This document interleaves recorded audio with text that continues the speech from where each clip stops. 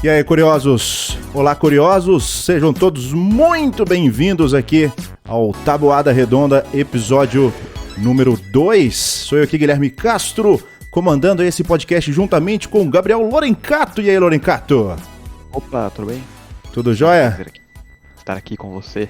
Né, o nosso segundo episódio já, cara.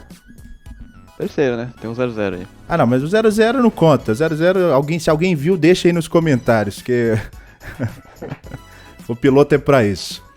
Falando em piloto, né? É quase um piloto, cara. Tem muitas referências. Hoje nós vamos conversar aí com o Ricardo Freire. O cara é engenheiro aeroespacial, dono do canal Pequeno Passo. Eu ainda acho que é pai, não é? Ainda tem muita coisa, tem uma bagagem grande, cara. E aí, tudo bem, Ricardo? Fala aí, Guilherme. Fala aí, Lorencato. O pessoal que tá escutando a gente.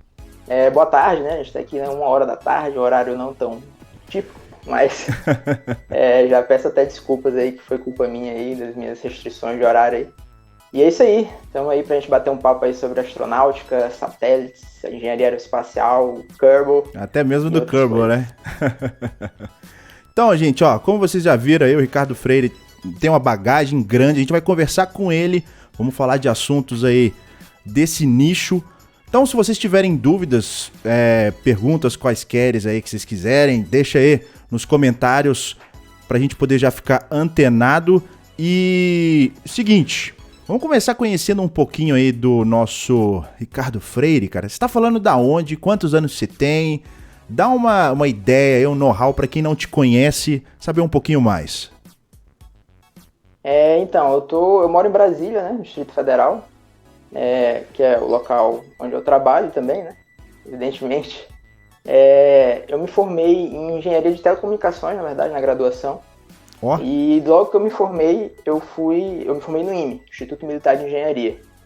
E aí, de lá eu já fui trabalhar na Força Aérea. Eu me formei como militar, sou militar ainda. E aí fui trabalhar no núcleo do Centro de Operações Espaciais. Era uma unidade militar que estava sendo criada na Força Aérea, que viria a se tornar o Centro de Operações Espaciais, o primeiro centro de operação espacial das Forças Armadas aqui no Brasil. Ó, que da hora. E aí eu cheguei logo no início, assim, então, assim, na época só tinha eu, um coronel lá, que era o chefe, e um tenente-coronel, vice-chefe, e um outro cara do ITA. Então, nós 4 éramos o Centro de Operações Espaciais naquela época. E aí era a época que o SGDC estava sendo montado ainda, lá na França. O objetivo principal desse centro era operar inicialmente o SGDC e depois outros satélites. E aí, fiquei lá, trabalhei lá um tempo, né? Peguei toda essa fase inicial, o lançamento do SGDC eu acompanhei de lá. Ó, que da hora, inclusive, acompanhei lá em tempo real as manobras que foram feitas no satélite para ele sair da órbita de transferência geoestacionária até a órbita geoestacionária, que é onde ele opera. Na época eu fui recriando todas as manobras na simulação, inclusive tem um vídeo lá no canal onde eu mostro essa simulação. E aí eu fui pra Itália fazer um mestrado em engenharia aeroespacial. Caramba, então pera aí, calma aí. Pera que é muita coisa, velho. Vamos destrinchar isso aí, ó. Vocês estão vendo que é quase uma bíblia esse negócio, cara. Calma lá. Que isso? Puxa, velho, é muita coisa, velho. Não, então vamos destrinchando isso aí. Vamos digerindo isso aí, porque a galera deve estar assim, meu Deus! Ô, louco, velho. A galera tá até mandando ali, ó, hashtag invasão Aerospace News. Ô, louco, a galera Aerospace News. Galera do Aerospace News foi eu que convidei aí. Ó. O pessoal tem uma página no Instagram chamada Aerospace News e tem um grupo no WhatsApp. E aí ontem eu falei lá, galera, todo mundo em peso lá que eu vou estar lá. A galera tá chegando aí. Obrigado aí, pessoal. Salve aí pro pessoal do Aerospace News. Que massa, velho. Então, assim, a gente vai destrinchar essa história aí um pouquinho melhor. Vamos com calma. É muita informação, vocês viram aqui. A gente tem um período bom pra conversar, trocar ideia. Mas então, assim, pelo que eu entendi, você é formado em engenharia de telecomunicações, é isso? Isso, na minha graduação foi engenharia de telecomunicações. Cara... Eu já me formei e já fui começar a trabalhar nessa parte, nesse centro de operação espacial, que ainda estava em formação. E aí meio que já fui migrando de área, né? Tipo, assim que eu cheguei lá, eu comecei a ter contato com a parte de órbitas, de propagação de órbitas, de simulação. Cara, então você já tinha algo em mente, né? Você já queria algo por isso, porque eu imagino telecomunicações você pode ser tanto aqui terrestre, né, quanto... Isso. Não, então, todo satélite tem telecomunicações. Então, eu, na verdade, assim, desde moleque sempre gostei de espaço, né? Então, todas essas coisas aqui não é à toa, e o canal também não é à toa. Sempre gostei do espaço, acompanhei o lançamento de ônibus espacial na época. E assim, tinha esse sonho. Só que assim, quando eu fui para graduação, eu acabei entrando no IME. O IME não tem engenharia aeroespacial. No ano que eu entrei no IME, tinha sido criado por engenharia aeroespacial no ITA. Mas eu meio que, assim, eu não conhecia muita coisa. Achava que o mercado de trabalho era muito ruim na época, por falta de conhecimento. E meio que abandonei o sonho de trabalhar com isso aqui no Brasil. Eu falei, não vou seguir isso não. E aí fui para Telecom e gostei de Telecom porque exatamente tem essa abrangência bem grande. E sabia que se um dia eu pudesse trabalhar com espaço, seria uma boa porta também. Só que aí quando eu me formei, surgiu essa oportunidade. Como militar, o pessoal que forma no IME pode escolher, são abertas vagas em alguns projetos dentro das Forças Armadas. E aí, no caso, apareceu essa vaga para ir para a Força Aérea. Eu falei, cara, um centro de operação espacial, o primeiro, é a minha chance. E aí eu fui com tudo e gostei muito. E assim que eu cheguei lá, eu já fui meio que indo para essa parte mais de satélites, etc. Então, fui migrando. E tanto é que quando o SGDC foi lançado, eu tive a oportunidade de escolher em qual divisão de operação do satélite eu iria trabalhar. Tinha a parte de segmento solo, a parte de antenas, que eu poderia, digamos assim, aplicar a minha graduação. Mas aí eu decidi ir para a parte de manobras do satélite, ou seja, eu fui ser um dos engenheiros responsáveis em fazer os cálculos de manobras para manter o satélite na posição orbital dele, desviar de objetos e também acompanhar a atividade do meio interplanetário e do Sol que podem afetar na operação do satélite. Então você tem que tentar preservar ao máximo a comunicação daquele satélite, meio que a integridade para a comunicação em si, né? Para manter a comunicação estável. No caso do SGDC, ele é de comunicações. A minha função foi fazer manobras, cálculo de manobras orbitais. Isso aqui. Então, eu fazia o cálculo de manobras. Mas então aí você não aplicou a graduação? Você... tipo assim, não diretamente. Eu optei por não ir para a área de telecom, porque eu vi que eu poderia ir para essa parte de dinâmica orbital, que eu achei mais interessante. Cara, que doido. De propagação de órbitas, enfim. E aí tem um software que a gente usa lá, que é o STK, que é o System Toolkit, que é um software utilizado até pela NASA para simular objetos em órbita. E aí eu me especializei nele, peguei todas as certificações, ele tem certificação nível 1, 2, 3. Cara. E a gente usa esse software para propagar a órbita do satélite, saber onde é que ele está, apontamento, tudo. Então eu fui me especializando. E aí em 2017, assim que o satélite foi lançado, surgiu a oportunidade de eu fazer um mestrado em engenharia aeroespacial lá na Itália. E eu falei, agora que eu vou. Agora eu vou pegar meu diploma aí pra me tornar um engenheiro aeroespacial. Cara, que doido, velho. E que eu fui pra lá. Você ficou quanto tempo lá pra graduar? Pra fazer o mestrado, né? Então, lá na Itália é o seguinte, né? É até uma dúvida, mas tua graduação em telecom, tu é engenheiro aeroespacial? Opa, o áudio deu uma cortada. Cortou o áudio. Deu uma cortada o áudio aí. Ficou mudo. Alô, meu Deus! Que engraçado, velho. Ficou mudo. Tamo ouvindo não, cara. Deu algum problema aí. Faz parte, galera. Faz parte aí, ó. Problemas técnicos. Voltou. Aí, voltou. Telecomunicação voltou. Voltou. Ainda bem que eu tô aqui pra resolver esse problema. Ainda bem, né? A comunicação não vai dar problema aqui não, rapaz. Não, então, lá na Itália, assim, né? O pessoal faz a graduação de engenharia, eles fazem um nível básico de engenharia. E aí, eles terminam essa graduação básica sem nenhuma especialidade. E aí, eles vão direto pro mestrado. Mas isso aí seria, então, o que define 2 anos? Ou... A graduação lá são 3 anos. Tá. Lá na Itália são 3 anos de graduação. E aí, eles já vão pro mestrado. Então, eles fazem 5 anos de curso. Que seria a graduação aqui, uma graduação, né? E mestrado. E aí o mestrado define a especialidade. E aí no meu caso, eu fui para a Sapienza, né, que é a Universidade de Roma, que fica lá na Itália. E eles têm lá o mestrado em engenharia aeroespacial de 2 anos, que forma os engenheiros aeroespaciais. E aí, no caso, como eu tinha feito uma graduação de 5 anos aqui, apesar de não ter sido engenharia aeroespacial, eles já consideraram o meu nível básico de engenharia como se eu já tivesse feito a graduação equivalente a deles lá.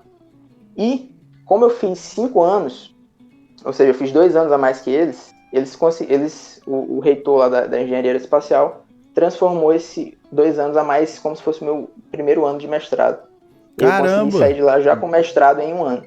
Eu já entrei no segundo ano do mestrado de aeroespacial. Ainda deu um tapa de luva na galera que tava lá ainda. Chegou surfando. Vou fazer melhor, vou formar em 1 ano, toma aí. Só que é assim, né? Tipo, ele falou, cara, tu pode vir já entrar no segundo ano, mas tu não vai ter nenhuma coisa, nenhum curso básico de aeroespacial.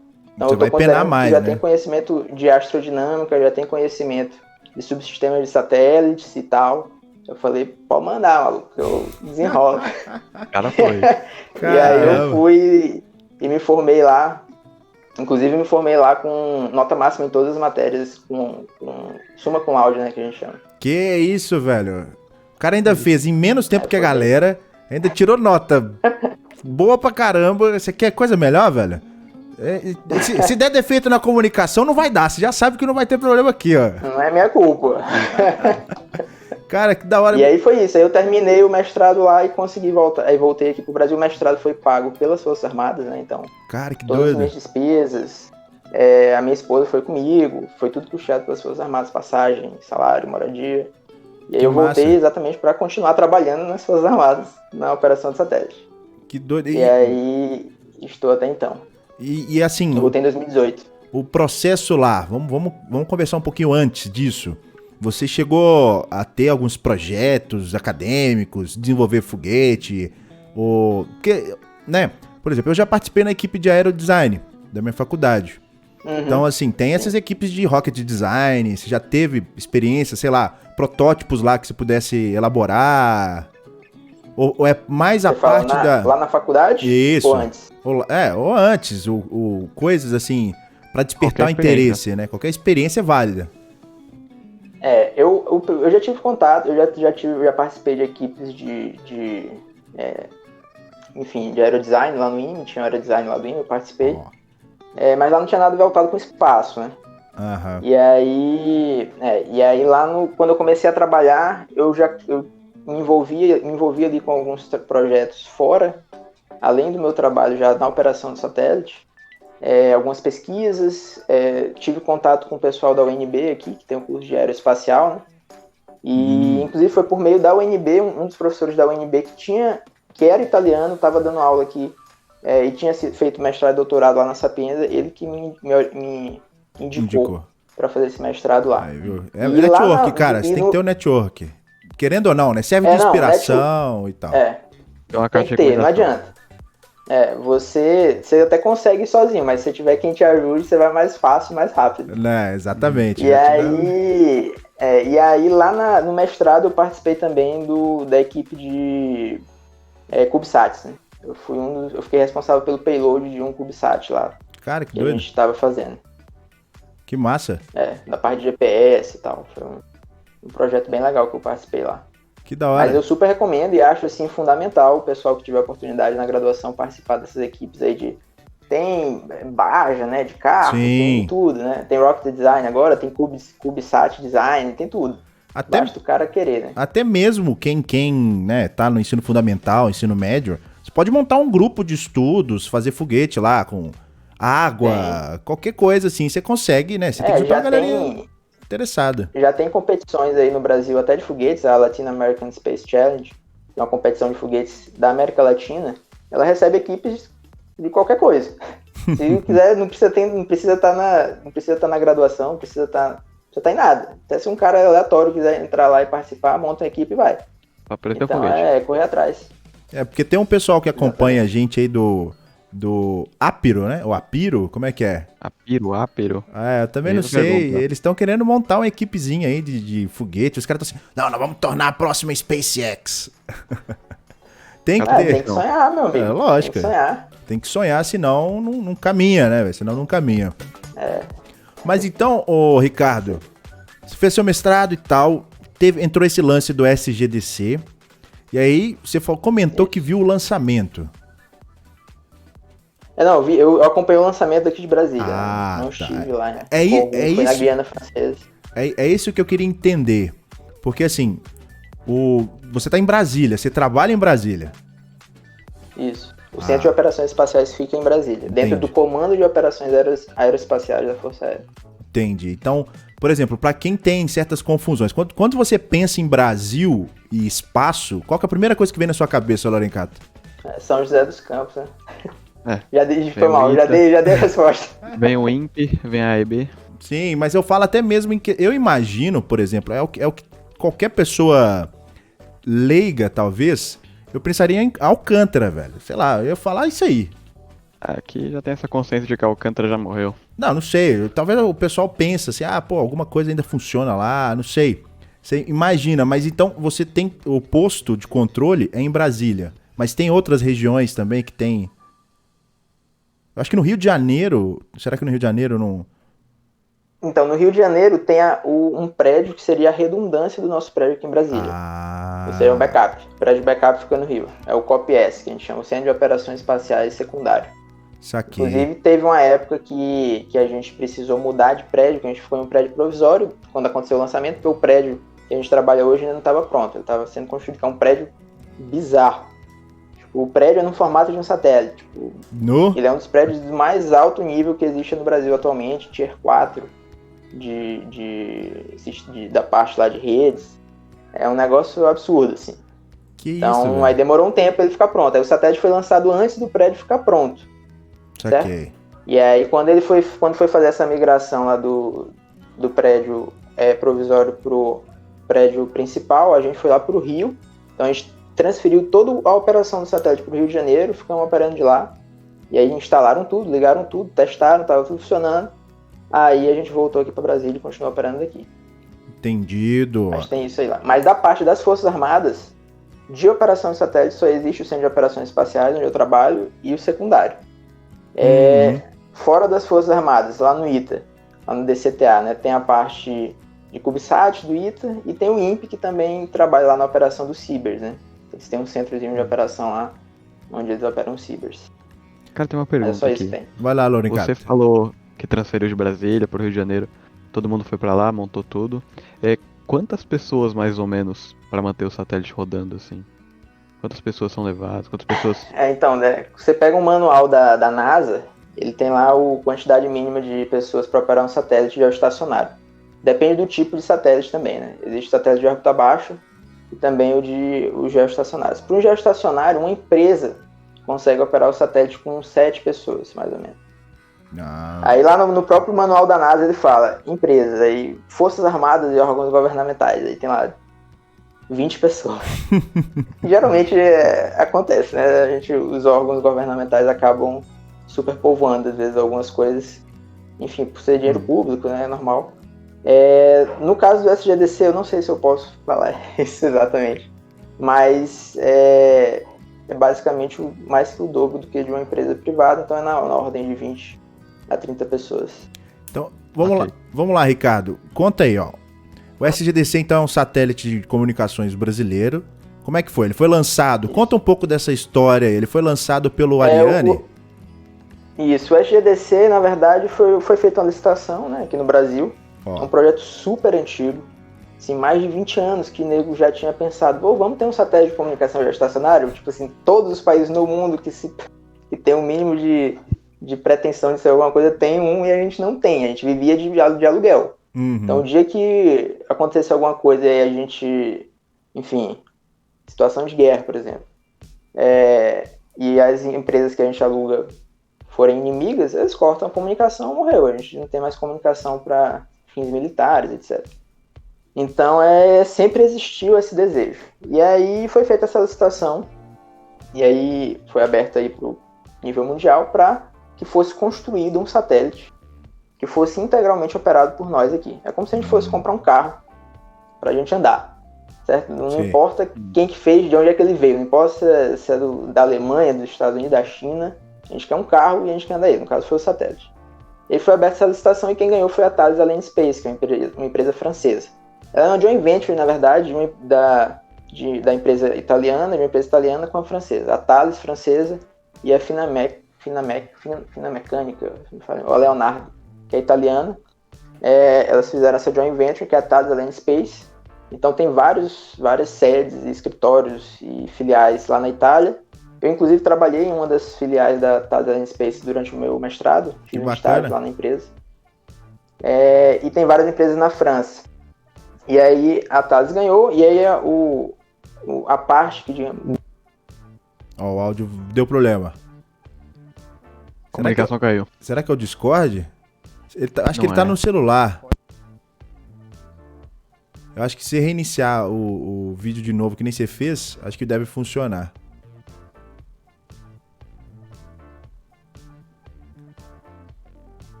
Pronto. Eu acho Voltou. que foi o vídeo. Eu vou tentar ficar quietinho aqui, que eu acho que quando eu tô mexendo o fone tá dando umas panes ali. Estão ouvindo aí, né? Tamo ouvindo. Sim. Então, a Thales ganhou esse contrato, né? E aí eles construíram todo o satélite lá em Cannes e em Toulouse. Tiveram partes deles feitas em Toulouse, partes feitas em Cannes. Eu tive a oportunidade de ir em Cannes e vi o satélite sendo montado, isso foi bem legal também. Caramba, que doido. Falar, pô, esse negócio vai pro espaço, eu vou operar ele aqui. Ele existe. Né? O pessoal fala, é só um ponto, é um sinal no teu computador. Não, pô, eu vi o satélite, ele foi construído mesmo. E aí eles construíram lá, lançaram.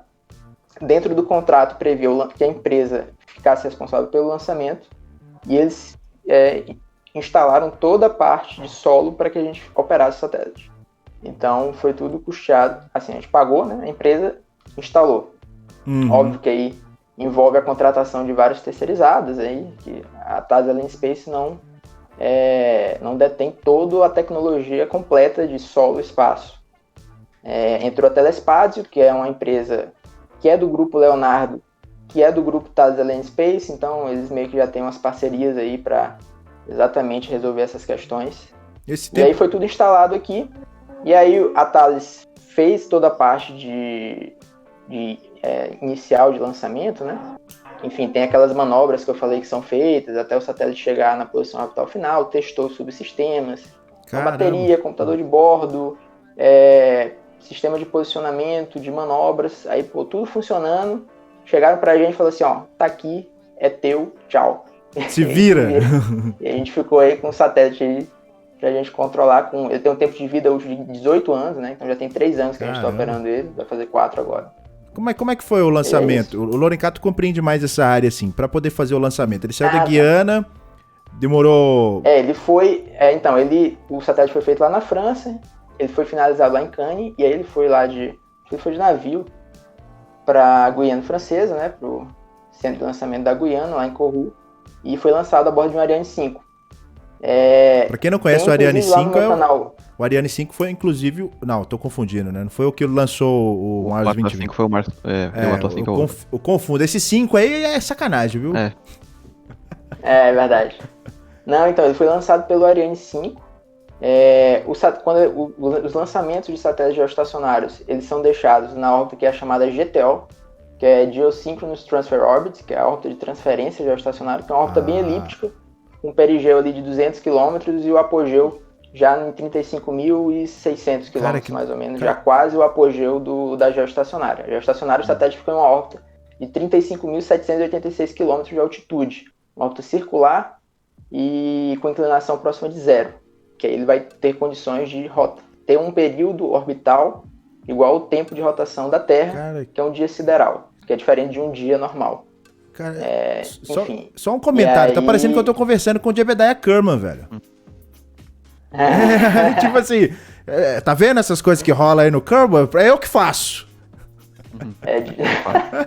Eu brinco com a galera que eu jogo Kerbal da vida real lá, né? Tipo, eu faço as manobras. O cara faz as manobras lá. E aí, faz as manobras, e assim, aí tem várias questões, né? Porque a gente faz as manobras e o que define a vida útil do satélite é o combustível. Ou seja, tudo está funcionando. Quando acaba o combustível, parou de funcionar o satélite, porque ele não consegue mais ficar na posição orbital dele. Porque ele vai caindo, né? Caindo. No caso do geoestacionário, ele não reentra, né?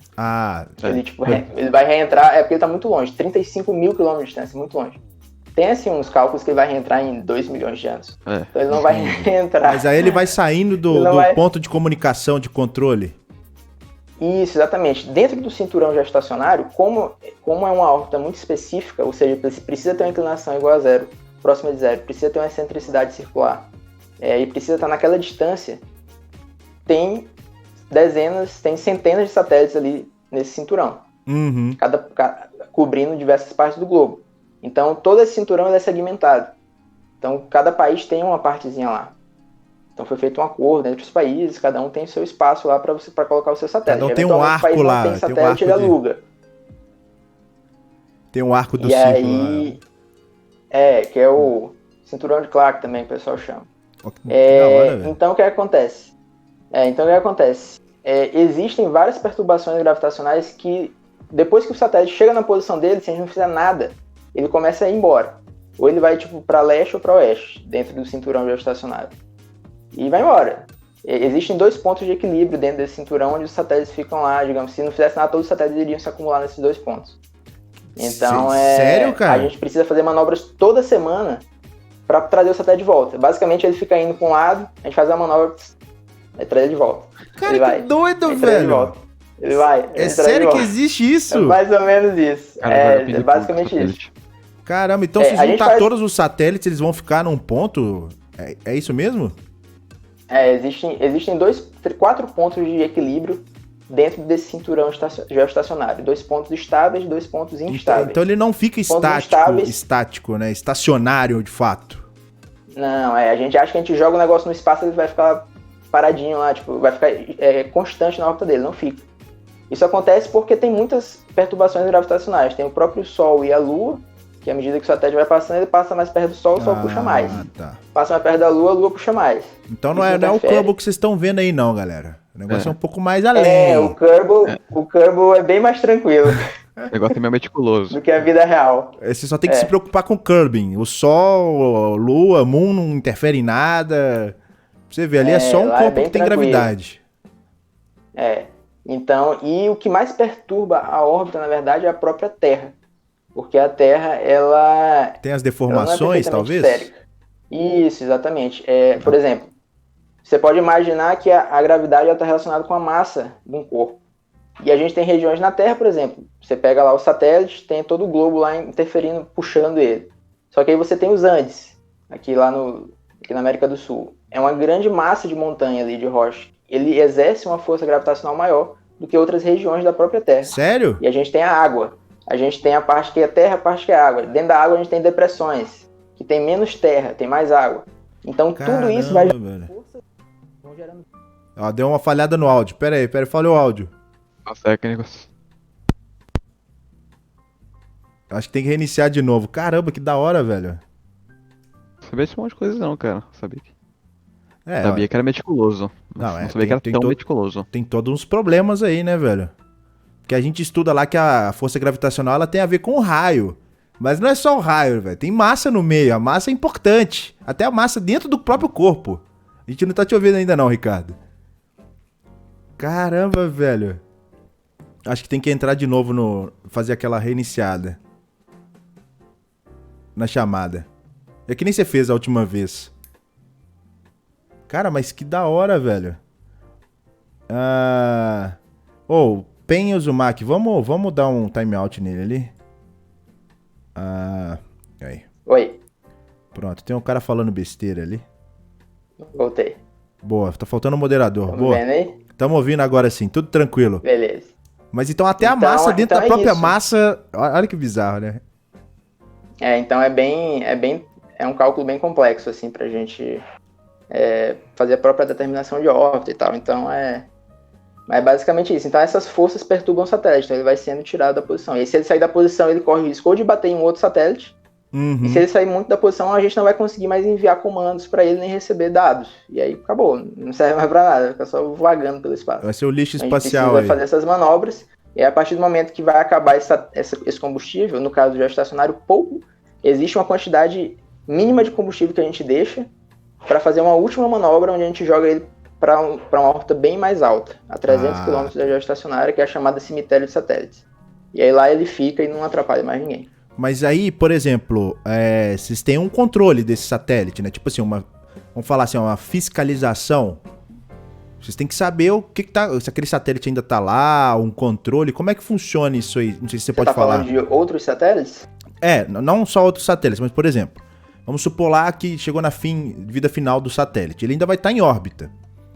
Como que eu vou ter um controle de que aquele corpo ainda está em órbita? sem a comunicação ou Então, eu vou por causa de radar ou coisa do não, tipo? então, a comunicação, se o satélite for meu, for nosso, a gente consegue enviar comando e receber dados. Então a gente vai saber que ele vai estar lá. Entendi. Agora, se for de outra coisa, ou um lixo espacial, alguma coisa, a gente tem radares e telescópios que a gente usa para rastrear os satélites. Saquei. É porque eu fiquei... O Loricato vai falar alguma coisa, mas só... Eu fiquei curioso a respeito desse ponto. Porque, assim, vocês não têm controle, mas, de fato, vocês têm comunicação ali... Vamos falar, não vou falar infinita, porque ainda tem energia lá e outros pontos. Mas, de fato, vocês têm uma comunicação ali, controle pelo resto do tempo aí. Dos 18 anos que a gente for para ele, a gente consegue fazer basicamente o que a gente quiser. Entendi. Mas o controle, por exemplo... Controle que eu digo assim, de informação, de dados, comunicação, ou o que for. Isso aí não... Morreu. Depois que saiu lá dos 18 anos, não... Então, quando der os 18 anos, como ele vai sair da posição orbital dele, ele vai para uma órbita aí, enfim, diferente, aí a gente perde a comunicação com ele. Total. Aí já era, não faz mais nada. E ele fica solto lá, enfim, perde toda a parte desse controle dele, ele fica vagando pelo espaço. Saquei. Vai lá, Loricato. Qual que é o órgão internacional, assim dizer, que delimita esse tipo de coisa? Que certifica de que tudo isso está sendo feito? Por exemplo, o satélite, tipo, o cemitério de satélites, garantir que tá todo mundo no seu lugar. Na verdade, assim, quem é o principal coordenador, podemos dizer, disso, agora seria a Space Force, né? As Forças Armadas Espaciais dos Estados Unidos, que antigamente ficava a cargo da Força Aérea dos Estados Unidos. Eles têm um centro chamado CSPOC, que é o Conjunction Space Operation Center, alguma coisa assim. CSPOC, CSPOC. Eles basicamente monitoram tudo que existe no espaço. Óbvio, né? Os Estados Unidos querem saber de tudo, né? Então, eles são donos da parada. Então, eles controlam tudo, operam tudo. Quando tem risco de colisão, a gente recebe alerta deles. E o resto do mundo tá ok com isso. Por enquanto ninguém se propôs a assumir essa posição, porque é caro, né? Você precisa ter... Os Estados Unidos têm dezenas de radares espalhados por todo mundo, telescópios. Eles têm uma das empresas que presta serviço pro CSPOC, tem mais de 200 telescópios, monitorando tudo que tá no espaço. Então, os caras estão muito à frente. É bem sinistro. Caramba, velho. Que da hora. Não é barato. Que da hora. Então, assim... É bem doido. Você pode ver que o negócio é muito mais complexo do que parece, né, velho? Não é tão simples igual... Não é brincadeira não, pô. Porque, cara, dá um problema, bate um satélite no outro, bicho. O satélite é bilhões de dólares, de reais. No caso foi bilhões de reais. Em geral são bilhões de dólares. O nosso foi bilhões de reais, porque, enfim, teve toda a O dólar parte tá 5,50, galera. Então... E treinamento, então são milhões de reais, bilhões de reais. Cheio de protocolo também, né? Que vocês têm que seguir. Então, às vezes, você acha que vai lançar de um dia pro outro, mas não, você tem que seguir toda uma regra. Sim. Então é complexo o negócio. E aí, imagina, velho, no lançamento, assim, o medo. Você ficou com medo? Tipo, esse trem não vai chegar, será que vai explodir? Muito medo, velho. Porque, tipo, era o nosso único satélite. Se parar de explodir, a gente vai ficar aqui sem fazer nada. Porque, tipo assim, a engenharia, tem até umas histórias assim, né? A engenharia constrói o foguete pra funcionar, né? Pra ser funcional. E aí tem aquele velho papo, né? Você andaria, que é dos professores que conta, né? Você andaria em um avião projetado pelos seus alunos, você sendo professor? Pois é. Então, Aí você fica meio assim, né? Você sabe que a chance de dar certo é muito grande, mas e você trabalha na área, né? Você tem noção de engenharia, sabe de aerodinâmica e tal. Uhum. Mas mesmo assim você ainda fica, meu Deus, isso vai explodir. Dá aquela... Não, mano, muito, porque pode acontecer, cara. É aquilo, são muitos sistemas que precisam funcionar perfeitamente. E se der pane em um ali... Tem até lá no meu canal, tem um vídeo lá, falhas e lançamentos de foguetes, no top 10 que eu fiz lá. Já aconteceu, várias vezes acontece. E acontecia muito antigamente, né? O pessoal tava ainda ganhando aquela expertise ali. Os erros que fazem acontecer de fato. Foi errando que foi se aprendendo. Mas o próprio Ariane 5 teve uma das falhas lá, de uma falha de memória do sistema de cálculo de altitude do foguete. Ele deu uma pane lá, que ele gerou um número lá, que era 64 bits, e aí ia ser armazenado em uma memória de 16 bits, e aí ele não foi armazenado, e aí travou ali. Nossa. E aí o foguete começou, ele foi subindo e perdeu o cálculo de altitude, ele simplesmente caiu, virou e explodiu todo na mesma hora. Teve um que era do Proton, se eu não me engano, que inverteram um... Isso, o Proton M inverteram o sistema que calcula o apontamento do satélite. E aí eles inverteram, então o foguete começou a subir e ele achou que ele estava descendo, ele começou a querer ir na direção contrária. Inverteram o Naviball. Inverteu a nave Isso, bola. basicamente lá do Kerbal. Caramba. Então não, dá medo, cara. Mas deu tudo certo aí. Então, Inverteram uma coisinha e matou o foguete. vamos aproveitar aqui, vamos mudar de assunto rapidinho pra gente dar uma descontraída com a galera, que é a questão do seu canal aí. Você criou um canal chamado Um Pequeno Passo. E aí, como é que foi essa ideia, né? Você foi juntar o útil ao agradável, talvez, né? Você falou assim, pô, eu sei do... Pois é, cara. Quando eu comecei a trabalhar nessa parte espacial, foi em 2015, né? Que eu comecei antes de fazer o mestrado. 2015, 16, em 2015 eu fiz um curso de 4 meses no ITA, de sistemas espaciais. E aí, foi inclusive, o curso foi dado pelo pessoal da graduação de Engenharia Aeroespacial. Foi como se fosse... Eu digo que foi uma graduação em Engenharia Aeroespacial relâmpago de 4 meses. Que aí, a gente foi bem direto ao ponto ali, não teve aquela parte básica de engenharia nem nada, então o que importa, o que eu vou aplicar e tal, bem intenso. Teve a participação do INPE e tal, bem legal. E aí ali eu fui ganhando esse conhecimento, e aí eu falei, cara, não tem nenhum canal no YouTube feito por alguém da área de aeroespacial, engenheiro aeroespacial. Pelo menos eu desconheço, eu até pergunto também, a vocês, não é à toa que o Ricardo Freire aqui foi... Eu acho que é o único engenheiro aeroespacial que eu tô vendo aí falando do assunto, pô. Acho que é o único engenheiro espacial que eu vejo vivo. Ué. Sabia nem que existia uma inteligência artificial lá. Então, assim, não conhecia nada feito na época, né? Eu acompanhava os canais aí do Space Today, do Sérgio, do Felipe Raim, o pessoal que faz aí o ANED, o Homem do Espaço. Então, o pessoal que já tem um tempo aí que faz isso. Mas, assim, ninguém da área. Óbvio, sem desmerecer nada. Sim, né? A galera lógico. faz um trabalho sensacional. Mas é o seu diferencial. Eu sentia falta de ter alguém da área, sabe? Porque tem coisas que quem vive sabe, não tem como. E eu tava vivendo isso. Eu falei, cara, eu quero compartilhar isso aqui no Brasil, que é algo que não tem. E foi algo que eu meio que fiz de certa forma, que eu senti a necessidade, então eu vi que não tinha e resolvi criar, e para atender também o público, né? Já sabendo que o público seria baixo. É uma coisa... Sabe que não é aquele assunto que a galera mais ama aqui no Brasil. Mas a gente tem gente que gosta muito. Pra inspirar, né, velho? Valorizo muito o pessoal que me acompanha. Inspirar também. Certeza que muita gente acompanha e fala, hoje eu quero ser engenheiro aeroespacial. Isso, e ver que existe know-how, existe muitas... caminho pra você chegar lá. Existe. Então muitas pessoas vêm me procurar, têm essas dúvidas. Inclusive tem um quadro lá no meu canal que é Engenheiro Aeroespacial Responde, onde eu tiro dúvidas diretamente relacionadas com a engenharia aeroespacial. Tem vídeo lá falando como é que foi a minha carreira, como é que foi o meu mestrado, como que eu fui parar lá na Itália. Sim. Como é que é o mercado de trabalho da engenharia aeroespacial, faculdade de graduação em engenharia aeroespacial, tudo isso tem lá no meu canal, exatamente para tentar atender essas demandas aí. E aí eu tive essa ideia lá em 2015, 2016, só que aí eu fui começar a pesquisar como criar um canal e tal, aí fiquei meio desanimado. Dá um trabalho bom, né? Isso é verdade, cara. O cara criar um canal dá um trabalho. E aí, enfim, eu meio que deixei de lado. Pois é, sem um retorno muito forte. E aí, quando eu fui pra Itália e terminei o mestrado lá, eu falei, cara, eu terminei o mestrado, ainda fiquei uns 2 meses lá na Itália até receber diploma e tal. Eu falei, vou investir nessa parada.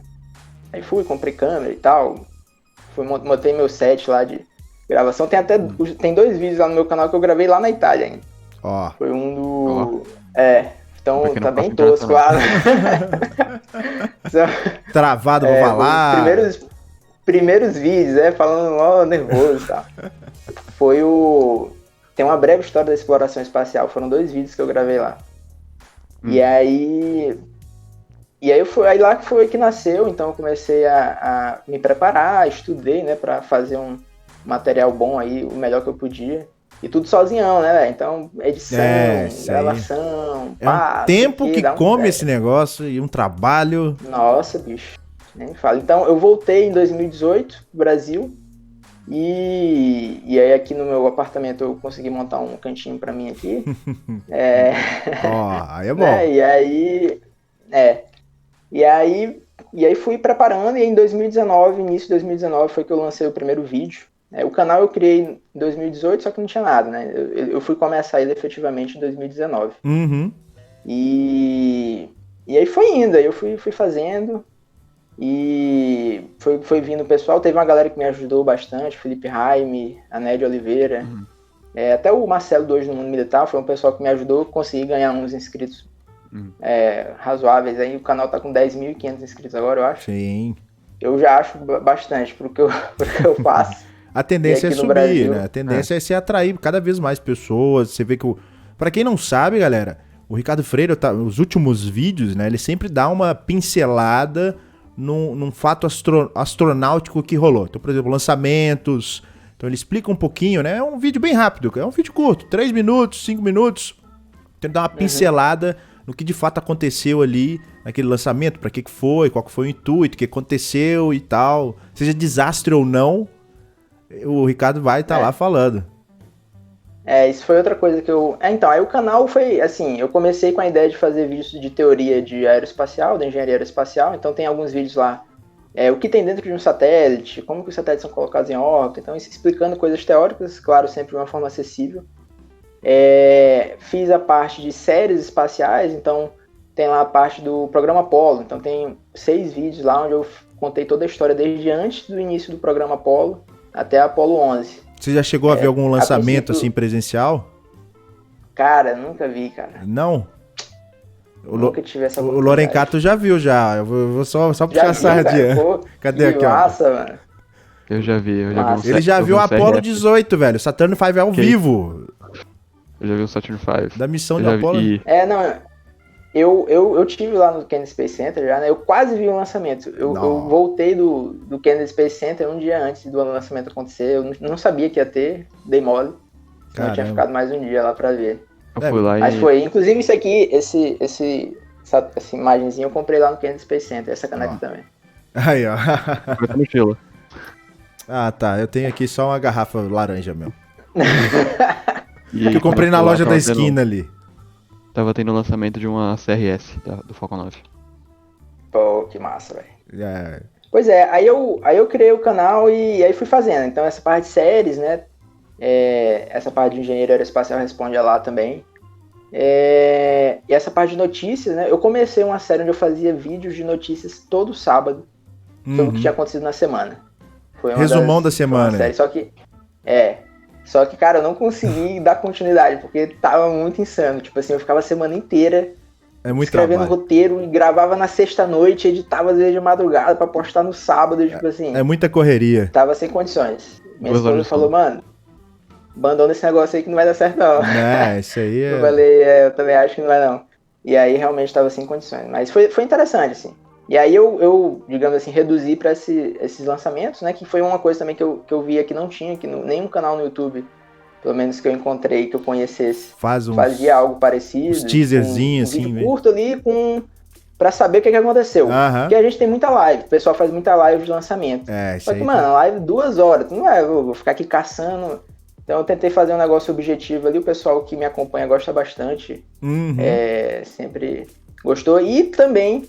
Depois de um tempo lá... Eu quero ver. É isso aí que eu tô imaginando. Lá no canal... depois de um tempo lá no canal, a galera falou assim, pô, mano, faz uns vídeos de Kerbal aí. Sabe como é que seria, velho? Aí eu... Só interrompendo rapidinho.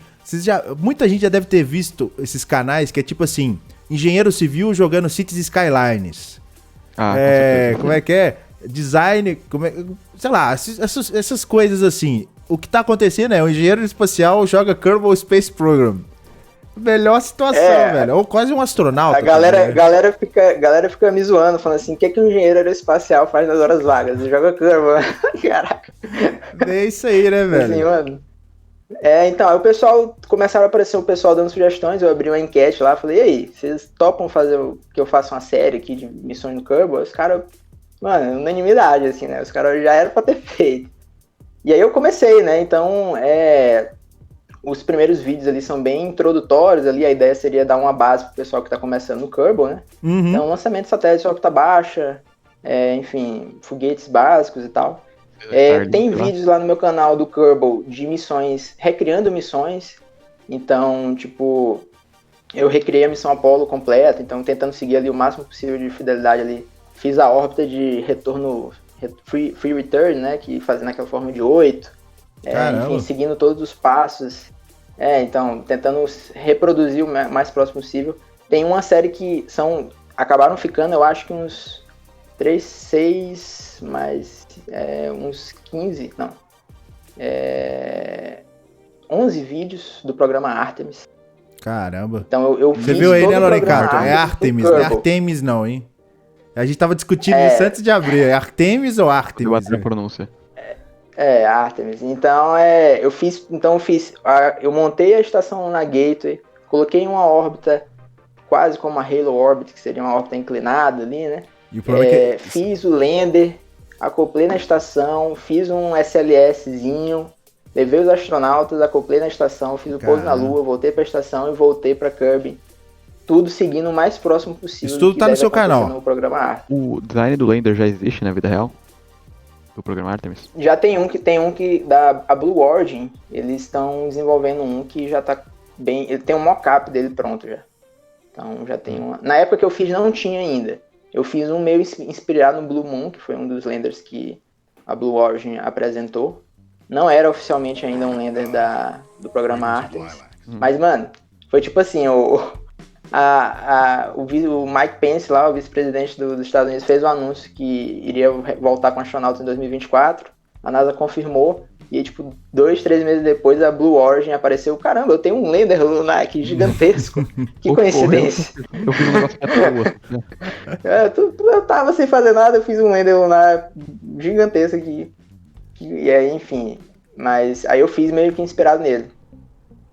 E aí ficou bem legal. Então, aí eu fiz vários vídeos dessas missões, assim, recriadas. E aí fui fazendo outros aí. À medida que o pessoal foi pedindo, eu recriei o lançamento e as manobras que são feitas no SGDC no Kerbal. Sim, isso aí. Foi bem legal também. Isso aí eu vi. Você fez um vídeo completo só desenvolvendo. Então aí foi bem na época que saiu. Bem na época, assim, não. Um pouco depois que saiu a versão 1.10 lá do Kerbal, que saiu o Ariane 5, né? O foguete, que é aquela parceria com a ESA e tal. E aí o pessoal falou, pô, tem um Ariane 5 lá, monta um SGDC e lança lá e tal, pra ver como é que foi. Então foi bem legal, ficou bem parecido. Assim, faltava só estar em cima do Brasil. Exatamente a sequência. É o quê? Só faltava estar em cima do Brasil ali. Aí não é. Eu fiz toda a sequência lá de manobras da forma como foi feita na vida real. Foi bem legal. Cara, que da hora. Bem interessante. E assim, o que você acha do Kerbal, velho? Você acha que ele é um jogo... Tipo assim, ele cumpre o que ele entrega ali ou muitas coisas ali faltam? Você fala... Porque você tem noção, né? De fato, o que tá acontecendo ali. Você fala, pô, era pra eu estar pensando em alguma coisa a mais. Só que o jogo não tá mostrando isso pra você. Que eu devia estar me preocupando. Então assim... É óbvio que o jogo é bem longe do que acontece na vida real. Né? Igual eu falei aqui, pô, a gente leva em considerações perturbações gravitacionais de montanhas e tal, vento solar, não sei o quê. E tipo, se eles fossem colocar isso no jogo, o jogo ia ficar chato, né? Não, isso aí A galera ia ficar, ninguém ia ter saco pra ficar lá. Não, peraí que eu vou pegar aqui a minha calculadora. Então, assim, existe um limite ali da realidade do que é jogável, né? E assim, eu acho que ele tá muito. Eu acho o Kerbal muito bom. Pra mim. É uma ótima porta de entrada, né, velho? Eu acho assim, sensacional. Tipo assim, é aquilo, cara. A parte espacial já é muito complexa. Então, mesmo o básico que eles colocam lá já dá um trabalho, né? E eu não sei se você sabe. Ele foi criado por um brasileiro, né? Sim, o Felipe Falange. Inclusive, ó. E aí o Kerbal. Falei. Eu ia falar assim, inclusive, né? Quem sabe um dia a gente não conversa com ele aí. Olha aí, já deixa o puxado aí. E inclusive o lance do Kerbal foi mais uma ideia também de trazer essa minha experiência também. Então eu acho que não teria uma das melhores formas de fazer isso, de trazer um pouco da minha experiência e mostrar disponibilizar isso aí no YouTube do que no Kerbal, né? Então lá eu faço operações espaciais em tempo real ali, no gameplay. Só falta as comunicações, e né? a minha ideia é exatamente fazer coisas próximas do que acontece de fato e mostrar isso pro pessoal. Trazer isso mais perto, mais próximo do pessoal que me acompanha. Então foi essa a ideia e tem dado bem certo, assim. Kerbal... Inclusive, né? Vai lá. Eu ia falar assim, inclusive o Kerbal é um jogo muito bacana, velho. Inclusive vai sair o 2 agora, então... Novas peças, novos sistemas. Agora. Estamos esperando, né? Já era pra sair no negócio agarrado lá. Mas foi bem legal, assim, e tem tido uma receptividade boa do pessoal. Tem uns vídeos ou outros aí, eu já fiz vídeo lá trazendo asteroide pra Kirby, então redirecionei a órbita do asteroide, entrei coisa da atmosfera. Aí, ó. Criando uma arma de inercia. E aí teve outro também que eu recriei uma missão Starlink. Ficou bem interessante. E aí foram uns vídeos assim que deram até um alcance bom, sabe? Tipo, o Starlink eu acho que em uma semana deu mais de 4.000 visualizações. Caramba! E o meu canal é bom. Ué, que massa, velho. Teve um alcance legal, então gostei bastante. O Kerbal eu achei bem legal e acho que é uma ótima ferramenta aí. Para o pessoal, né, entrar nesses assuntos aí. Eu acho que a gente perdeu conexão com o Ricardo Freire. Caiu a comunicação. Ih, rapaz, cadê o SGDC aí, cara? Reseta ele lá. Tem que lançar o 2 já. Cadê o SGDC? Caiu, velho. Ô louco, bicho. Sumiu. Ih. Deu problema. Deu problema, normal. Deixa o Lorencato e o Gabriel aqui e eu... Voltou. Estamos de volta. O pequeno passo... Voltei. Aí, voltou. Mano, travou tudo aqui. Eita, é a comunicação, cara. Você não tá lá. Você tinha que estar lá, ué. Eu não tô lá, pô. É isso. Pois então é isso aí. Eu acho que, assim, achei bem legal e era outra coisa que eu também sentia, não via. Não conheço também no YouTube outro canal. Assim, mais uma vez, pô, tem teu canal aí, pô, Game Consciência, que tem muito vídeo muito bom de Kerbal. E tu tem um conhecimento, né, da área. O Pest também. A gente sabe que nem todos têm conhecimento, mas nem por isso deixam de fazer bons conteúdos. Mas essa questão da operação de sistemas espaciais foi algo realmente que eu não vi e resolvi trazer também. Então, pessoal, só aproveitando aí, queria falar aí pra galera que tá conosco, deixa suas perguntas aí. Eu sei que é muitas perguntas, eu ia falar assim, o certo seria a gente ter uma forma de as perguntas ficarem em destaque. Então eu sempre falo, manda, sei lá, no Discord, ou manda no Superchat, ou manda no Twitch, que às vezes você quer fazer uma pergunta específica, deixa lá, que é um destaque mais fácil pra gente conseguir perceber. Porque tem muitos comentários, muitas perguntas, a gente fica muito focado aqui em desenrolar no papo. Então, se você tem uma... É complicado, é um pouquinho complicado. Então deixa suas perguntas aí que a gente vai dar uma olhada, a gente vai interagir isso aí logo logo. Outra coisa, vocês que estão ouvindo a gente tem o Spotify como uma plataforma também que a gente divulga o nosso podcast. Então se você está ouvindo e vendo a gente no YouTube ou na Twitch, saiba que vai sair o áudio especificamente lá no Spotify para você poder acompanhar. Então procura lá, Tabuada Redonda Podcast, Tabuada Redonda, não tem erro. Já tem os nossos 2 primeiros episódios, né? O episódio 00, o piloto, o episódio 1. E na sequência já vai sair o episódio 2 aqui com o Ricardo Freire, para você poder ouvir aí lá no Spotify a hora que você quiser, sem problema nenhum, sem ter que ter aquele compromisso de assistir igual uma live, sabe? A live também fica gravada aqui no canal, tem esse ponto aí. Falando em podcast, Ricardo, você tem um podcast também, não tem? Eu vi lá, velho. Também tem um podcast, é o PEB. O PEB. Podcast Espacial Brasileiro. Que da hora. Foi uma trocadilha aí com o Programa Espacial Brasileiro, né? O PEB. Eu criei o PEB Podcast. O PEB Podcast. PEB, Podcast Espacial Brasileiro. Pois foi outra coisa também que eu basicamente fico tentando preencher lacunas que eu vejo no Brasil da parte de divulgação científica de astronáutica. Sim. Então, eu fui procurar um podcast só sobre astronáutica, então dedicado, assim, né? A gente tem vários aí de astronomia, tem alguns que eventualmente se aventuram aí na parte de astronáutica, mas assim, um exclusivo sobre isso não tem também, não encontrei. Uhum. E eu falei, mano, vou criar. Conteúdo muito fácil. Você já tá em qual episódio lá? Tem muito... O último que a gente lançou faz pouco tempo foi o 4º já. Sim, a gente lança todo mês. Eu vi ainda, né? Foi com o... teve a participação de um astrônomo, o Thiago Gonçalves. Thiago Gonçalves, exatamente. Só me veio o sobrenome ele é astrônomo, ele é professor da UFRJ. E, pois é, aí foi outra coisa que apareceu. Eu tinha um amigo meu que ele atualmente é editor do Brazilian Space, um blog que tem já bem antigo aí, sobre astronáutica. É um cara que conhece bastante. Ele já foi funcionário da Agência Espacial Brasileira por 10 anos. Caramba! E aí agora ele é professor. E aí eu convidei ele, falei, pô, mano, top aí da gente começar isso aí. Foi uma forma de produzir mais um conteúdo lá pro meu canal também, que eu faço lá o videozinho com um trecho dele pra chamar o pessoal. Uhum. E aí eu resolvi criar. E aí tem dado também um resultado bom, o pessoal tem acompanhado. Então lembrando, podcast, mais uma o vez. PEB, né? Podcast Espacial Brasileiro. Não tem erro. Se você digitar lá podcast espacial, não vai achar outro. Se você digitar podcast espacial no Google, ele aparece. Aí, ó.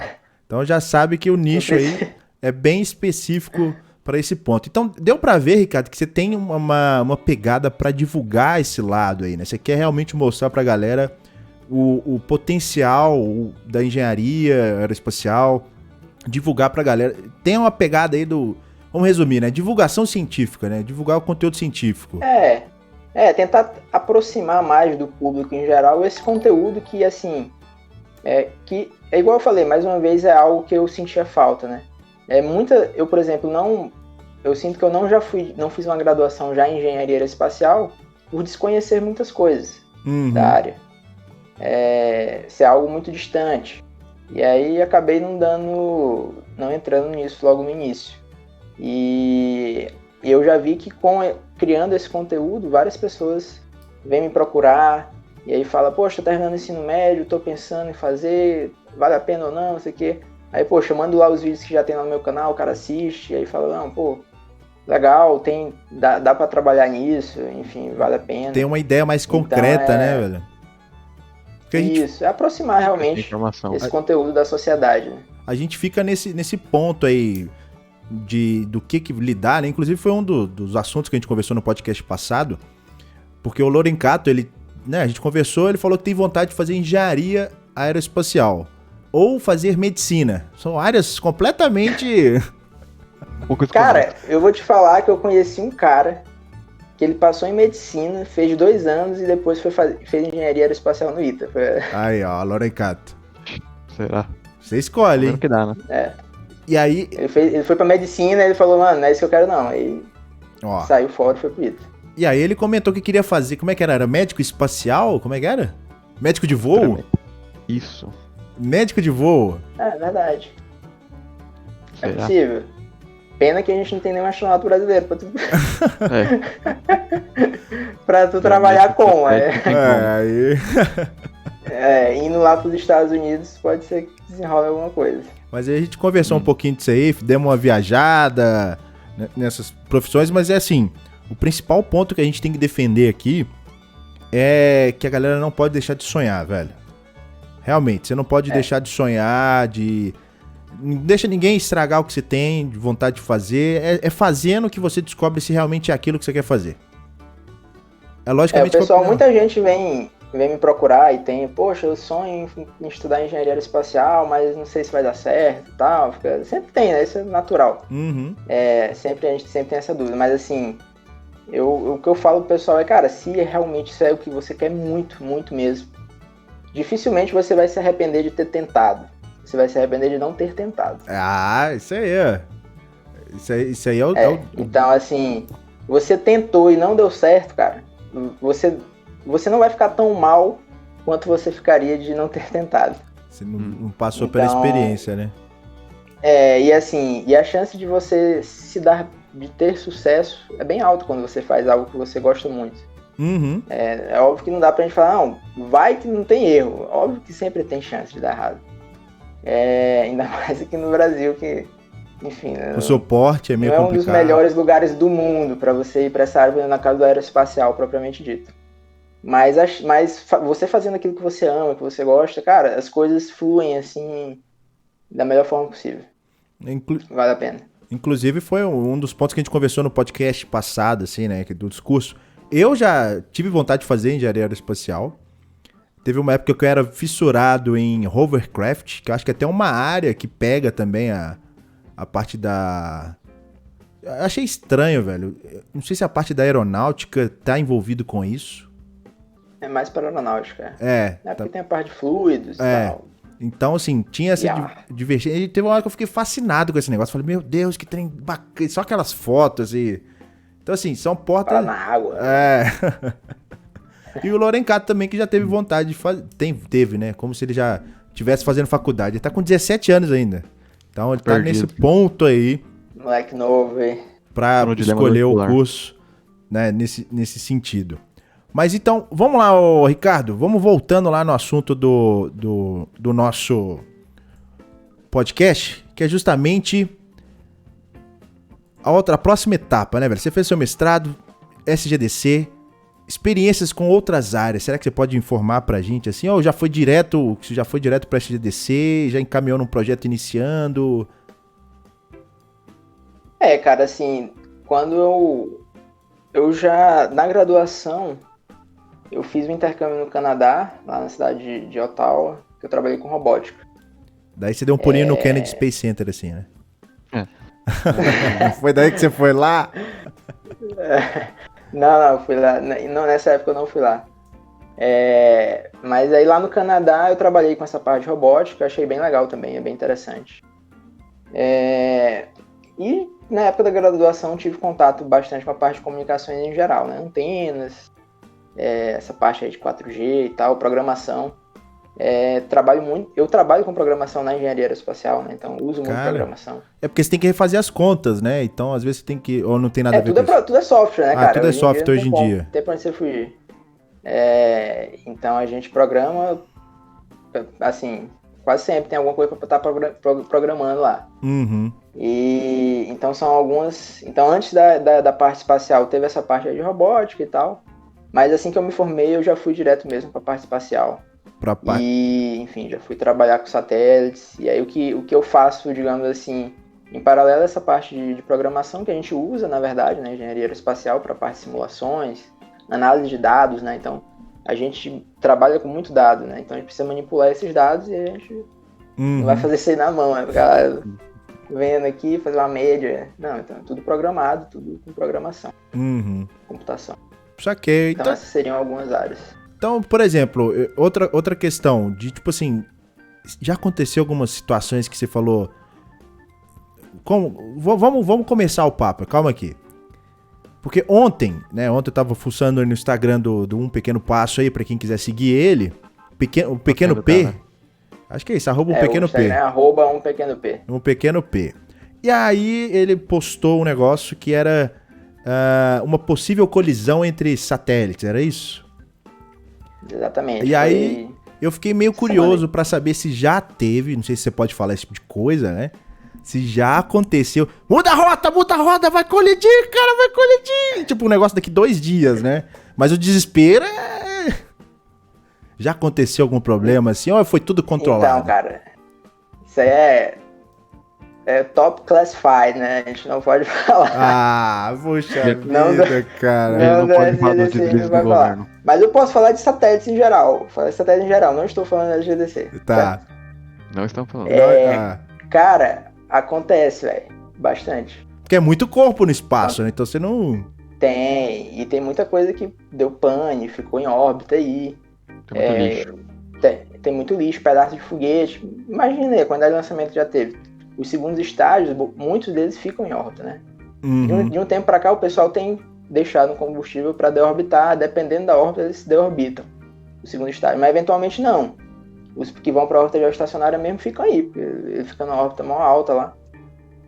Então, assim, cara, a gente monitora diariamente, né? A gente, toda vez que... Qual que é o que é feito em geral em operações espaciais? A gente propaga a órbita de um satélite 30 dias para frente do nosso satélite. A gente consegue propagar ela com uma, digamos assim, uma precisão bem alta. Até 30 dias, fica razoável. E a gente manda isso aí pra galera lá nos Estados Unidos. E aí eles rodam a nossa órbita, compara com tudo que tá em órbita aí. Caramba, e aí velho. vai monitorando. Aí fala, daqui 15 dias, 20 dias, vai ter uma parada aí. Então, Aí a gente geralmente consegue ter uma antecedência boa, para fazer esse desvio. E na verdade o que acontece é o seguinte, a gente vai ter uma aproximação. E tudo envolve probabilidade, né? Então a gente faz um cálculo de probabilidade da colisão ocorrer, efetivamente. E aí a gente tem margens, né? A gente vai monitorando. Aí geralmente a gente só consegue saber se vai bater mesmo ou não mais próximo. 4 dias antes. Caramba. Mas meio... Eu fiquei meio curioso aí que você tá falando dos corpos, né? Você sabe estimar, assim, ter uma noção de quantos corpos tem nessa bagunça toda, assim? Satélites, sei lá, os satélites. Satélites. A gente tem 5.800 objetos em órbita.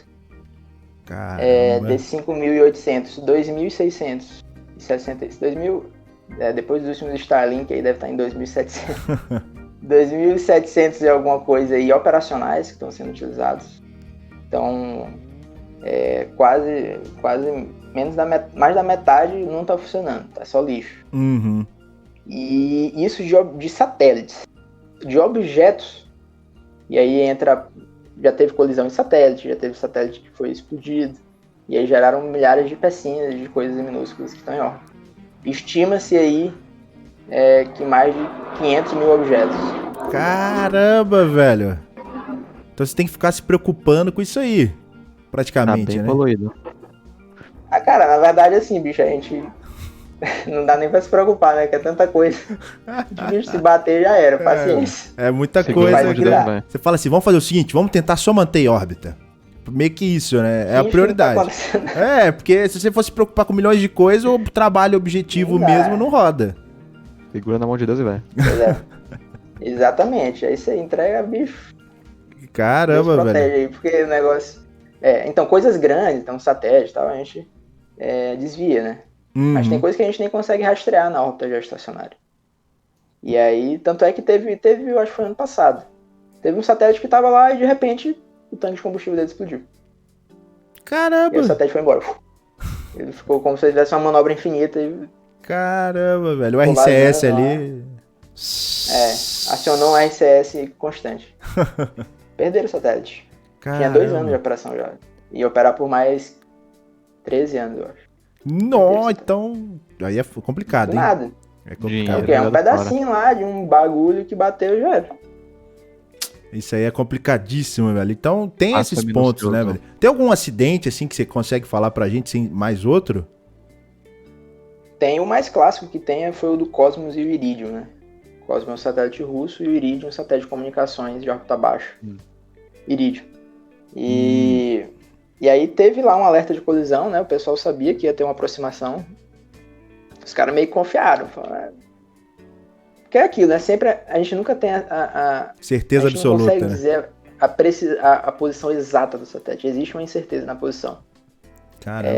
Que ele está em movimento. Então, quiser, dá até para puxar ali pro princípio de incerteza lá. Então, a partir do momento que o satélite está em movimento, 27 mil km por hora lá, a gente calcula a posição dele baseado em dados, em medidas de sensores. E aí existem erros nisso. E esses erros geram o que a gente chama de elipsoide de revolução do satélite. Então, o satélite não é mais um ponto, ele é uma região no espaço. Caramba. Ele vai estar aqui. Você já começa... Isso vira... O satélite vira isso. Um elipsoide, né? Volumétrico. Então, quando tem colisão, a colisão acontece quando esses elipsoides se cruzam em algum ponto.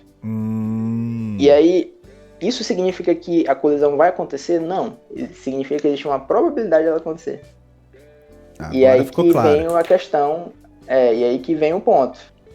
E foi feito um cálculo de probabilidade... E os dois operadores lá olharam e falaram assim, não vou tirar o meu. E o outro falou também, não vou. Porque quando você faz uma manobra para desviar, Custa você dinheiro. gasta combustível.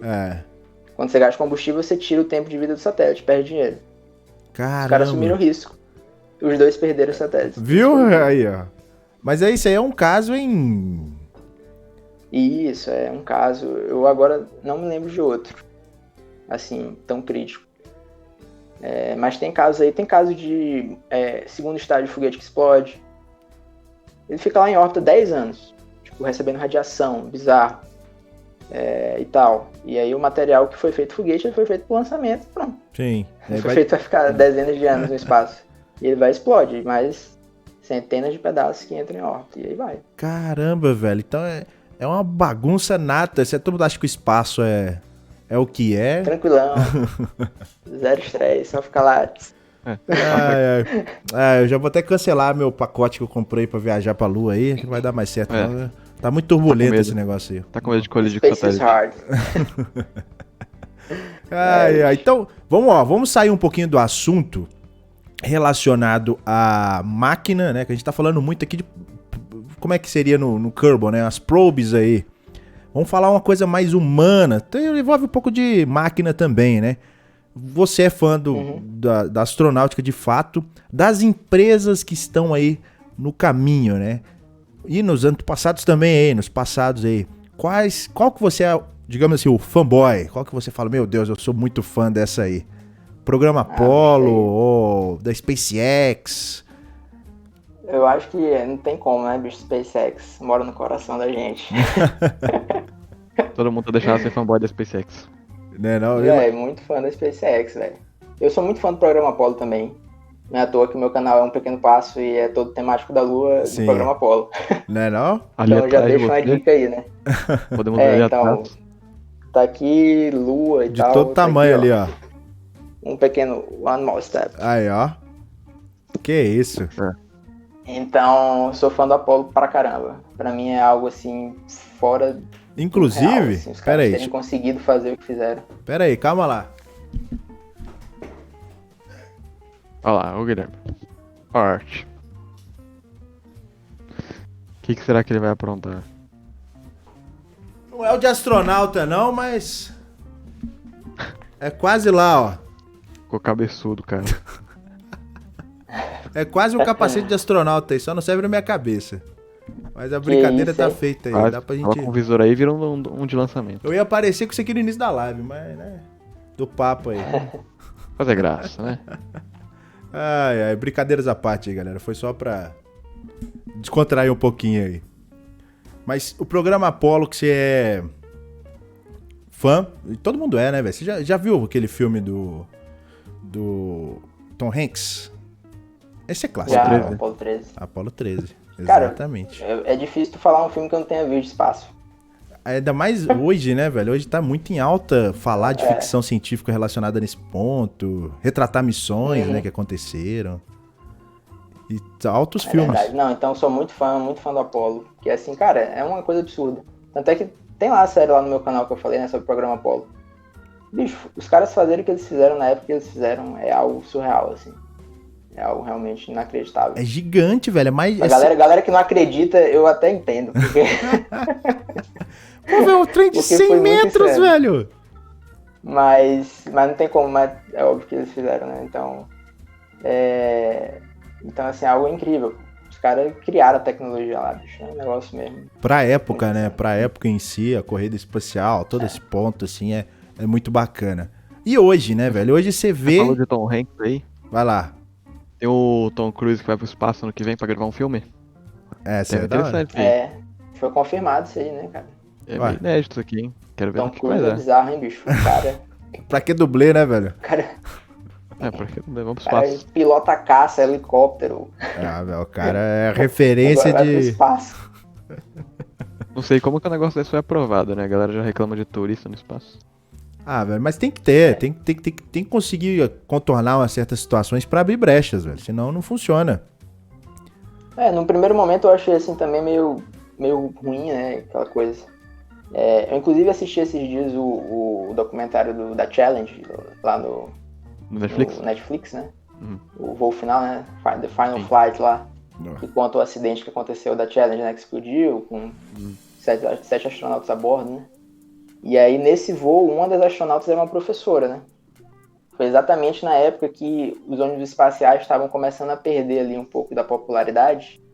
Aí os caras, vamos fazer uma parada aí pra... Tipo assim, ficou muito normal, tá ligado? Tipo, voltou o ônibus espacial. Beleza, toda hora tá indo e voltando, nunca deu nada. Virou moda. E aí os caras, não, vamos fazer um negócio e tal. E aí chamaram essa professora pra ir pro espaço, dar uma aula no espaço e tal. Não. E aí, trouxe de volta a atenção. os alunos, poxa, vai uma professora e tal. Foi a primeira civil, assim, civilzona, assim, tipo, aí pro espaço na época. Geralmente a galera tinha uma bagagem ali de engenharia, ou de piloto, ex-piloto, piloto de teste. Então ela seria a primeira. E aí, infelizmente, explodiu, né, velho? Bem bizarro. Tem esse ponto. Trouxe atenção de volta, mas não muito boa, né? Mas enfim, é uma dessas pegadas aí do pessoal de tentar chamar a atenção aí pro espaço. Sim, não pode deixar a petaca cair, né, como dizem. É programa de incentivo, né? Porque tem que fazer as coisas continuarem girando. Tem que continuar girando, porque espaço sempre foi uma coisa que me fascinou bastante, velho. Foguete, essa parte astronáutica. Então tem que criar, tem que despertar novos interesses. E eu acho que é uma das formas. Que nem você criou a sua forma aí, tipo, do canal no YouTube. Cada um fazendo seus pouquinhos, vai transformando aí no engenheiro aeroespacial que se tornou hoje, ó. A gente tenta propagar esse conteúdo. Exatamente, a ideia é justamente essa. Tirando os probleminhas que acontecem aí, mas a gente vai caminhando pra tornar isso menos problemático. Menos problemático. Mas vamos lá, ô Ricardo. SpaceX, velho, o que você acha do programa hoje, velho? Do que tá rolando, desse trem todo aí de pousar foguetes? Eu sei que é engenheiro aeroespacial, então você já tem uma ideia do problema que é conseguir, né, pousar. Parar o carro no estacionamento já é difícil. Fazer uma baliza. Imagina pousar um foguete. Não. Então, lá no Kerbal, lá no meu canal, eu falei, né, que eu recriei uma missão Starlink, né? E aí eu meio que montei um Falcon 9 usando as peças lá disponíveis originais lá do Kerbal, né? Os vídeos que eu tenho gravado eu não tenho usado nenhum mod, nem nada do tipo, exatamente para mostrar ao pessoal as possibilidades usando o que já tem. Uhum. E aí montei lá um Falcon 9 versão Kerbal lá, perninhas e tal, sistema de controle de apontamento, e aí coloquei os satélites em órbita, fiz a separação lá, mostrei como é que é feita a separação dos Starlinks, né, que tem toda uma estratégia ali para os satélites fazerem aquele trem de satélites que a gente vê no espaço, né. Eles fazem isso sem gastar combustível, isso é bem legal. Eles fazem isso com a própria rotação no segundo estágio. Caramba! Eu explico tudo isso lá no vídeo. Galera, e aí eu fiz o pontinho no espaço, fica maluca. E aí eu fiz a tentativa de pouso do primeiro estágio. Aí, óbvio, né, eu dei um F5 ali. Antes de começar, salvei. E aí comecei a tentar. Cara, foram 14 tentativas até conseguir fazer um pouso com sucesso. Isso no Kerbal? Isso no Kerbal. No Kerbal. Então, tipo assim, cara, é muito insano, bicho. Caramba, é mesmo um negócio fora de série. SpaceX. Assim, a SpaceX já revolucionou o mercado, a indústria aeroespacial de diversas formas, desde a criação deles. Então tem até um episódio lá do podcast, o episódio número 3, que eu teve um convidado lá, o Lucas Fonseca, que é um outro engenheiro aeroespacial aí, que conhece bastante, super fanboy da SpaceX aí. E a gente contou várias histórias. A gente contou várias histórias lá da criação da SpaceX. Né, tipo, o Elon Musk, quando ele criou a SpaceX, tava tendo um congresso lá em Washington, ele pegou um Falcon 1, botou numa carroceria e levou lá e chamou a galera da NASA, do Senado, falou, tô criando uma empresa de foguete aqui, mano. E aí, apresentou pra galera, todo louco, a galera falou, esse bicho é louco, vai lá em nada. E aí um dos caras da NASA falou, vou lá visitar a tua empresa.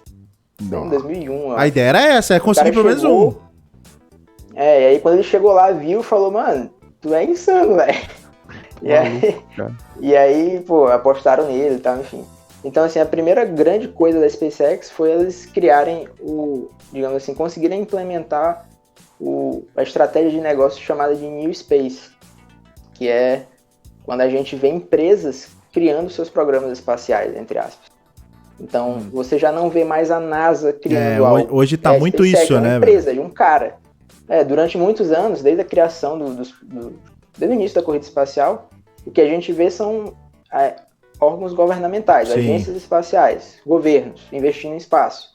E tudo isso acaba gerando um mercado, uma indústria ali, muito cara. Então você pegava o ônibus espacial, 250 milhões de dólares, fazer um lançamento. Isso, o barato, né? E aí você pega a SpaceX agora, 60 milhões de dólares no lançamento. Por que isso aconteceu? Porque entrou porque a SpaceX conseguiu implementar esse modelo de New Space em que a empresa privada consegue disponibilizar esse tipo de serviço para quem quiser, e o Estado pode ser um desses clientes. Então, a SpaceX conseguiu criar esse modelo, que é basicamente um modelo de negócio sustentável envolvendo tecnologias espaciais. Isso é muito que bom. Até durante muitos anos isso não existia, né? Isso nasceu com a SpaceX. Outras empresas também, a Blue Origin, a Virgin Galactic, Que é o que estão aderindo, né? Estão nesse meio. Mas assim, a SpaceX disparado é a maior de todas, né? E assim, a que melhor conseguiu implementar isso. E aí a gente vem com as missões de suprimentos para a estação espacial que eles começaram. Sim. E tiveram muito sucesso. E a gente vem agora com os voos tripulados. A SpaceX foi a primeira empresa a enviar astronautas para o espaço. Foi da hora, a gente viu esse lançamento ainda. A gente transmitiu, hein? O Demo 2 aí. Legal, Então, assim, tudo isso mostra, assim, o quão grande é a SpaceX. Os caras realmente são bem... Elon Musk é muito insano. É bacana, velho. Você acompanhou, ó. Teve o lançamento bacana que foi o do Falcon 9, o primeiro pouso do estágio. Que deu altas vezes deu ruim.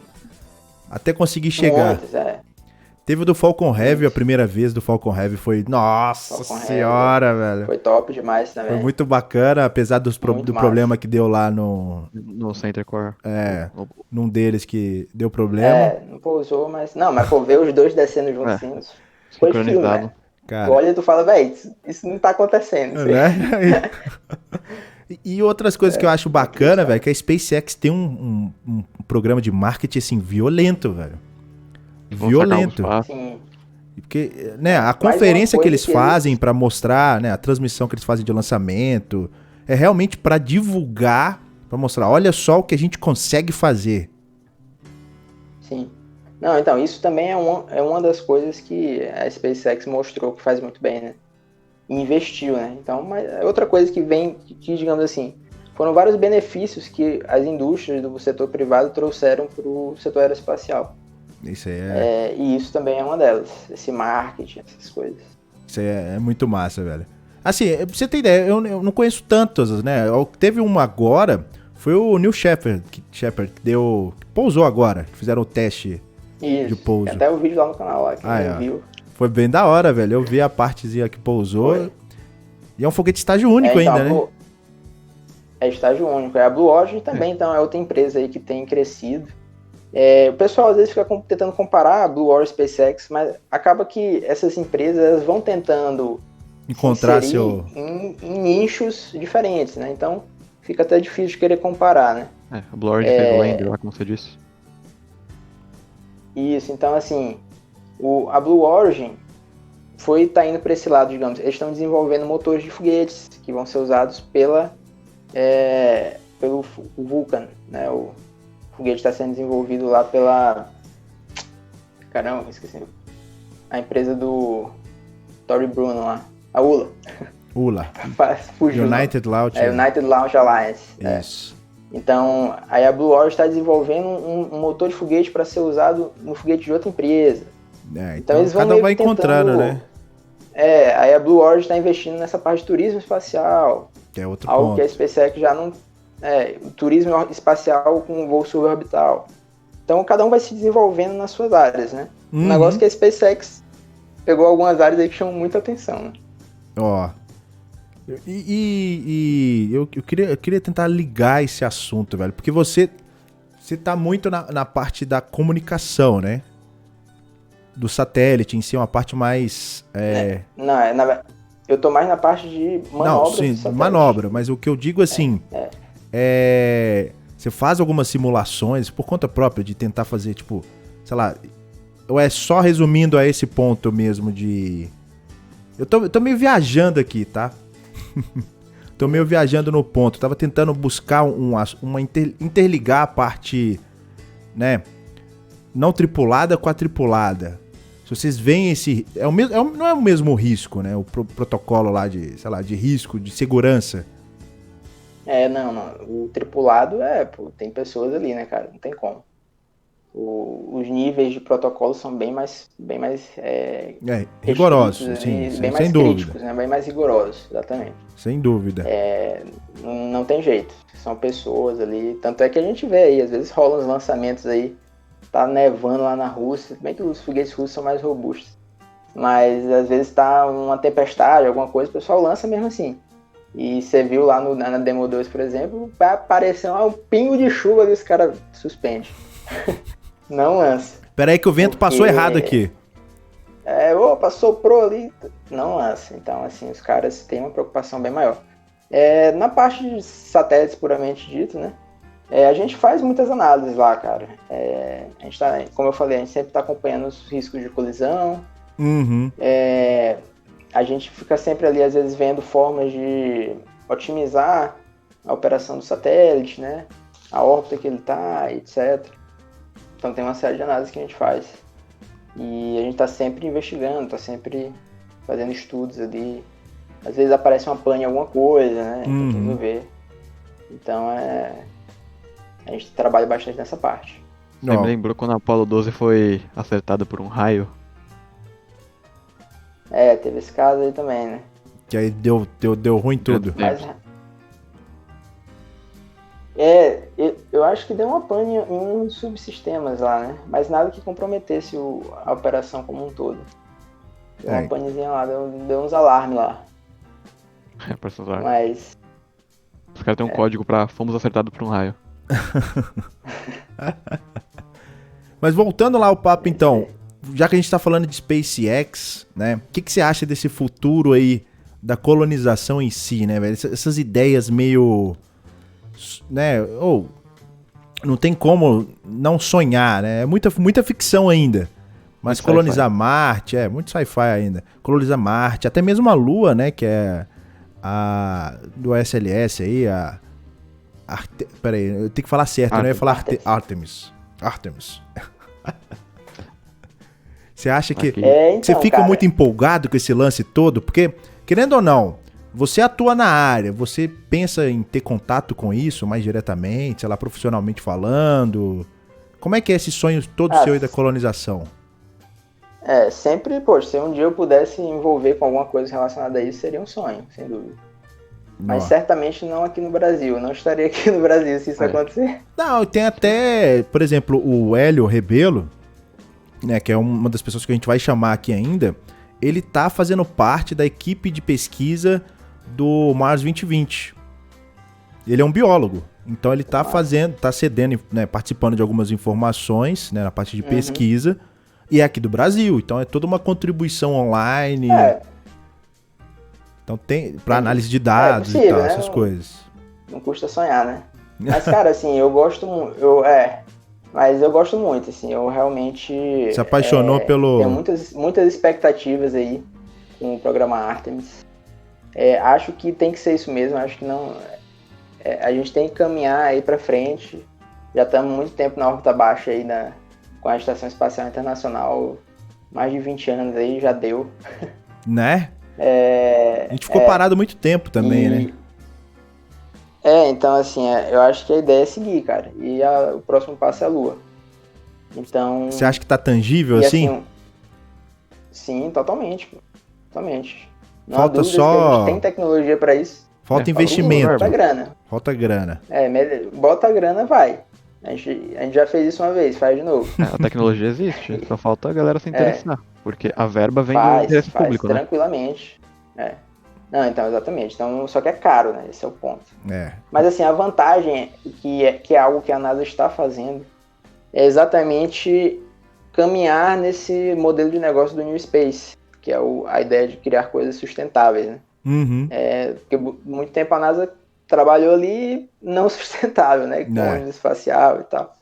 Então, até que o ônibus espacial era, né? Porque eles utilizavam o ônibus. Era muito caro. Eles levavam cargas e tal. Mas era um modelo ali. Entrava um dinheiro, mas, cara, era prejuízo. Tanto é que ele foi encerrado. Dava prejuízo. Desnecessariamente caro. Então, é muito caro. E arriscado também, né? Então, enfim.